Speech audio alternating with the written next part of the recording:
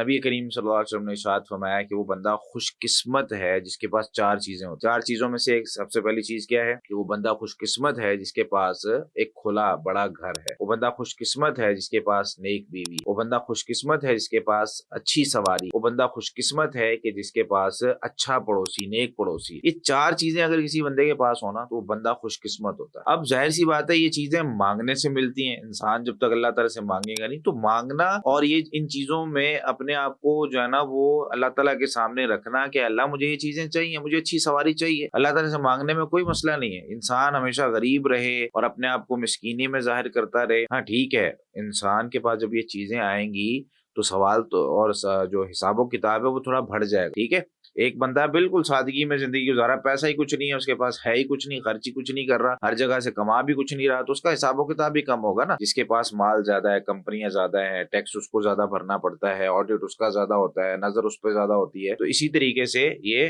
ہماری دنیا کا سسٹم چل رہا ہے۔ تو سب سے پہلے تو یہ چیزیں مانگیں تاکہ ہم بہتر ہو سکیں، اللہ تعالیٰ کے ہاں محبوب ترین بن سکیں، اور دوسرے نمبر پر اس کو خرچ کرنے کی عادت ڈالیں۔ یہ بات یاد رکھیں، اور یہ بچوں میں نا عادت پیدا کرنے سے ہوتی ہے۔ کبھی بھی ایسا نہیں ہوتا کہ کسی بھی بچے میں عادت خرچ کرنے کی وہ خود بخود آ جائے۔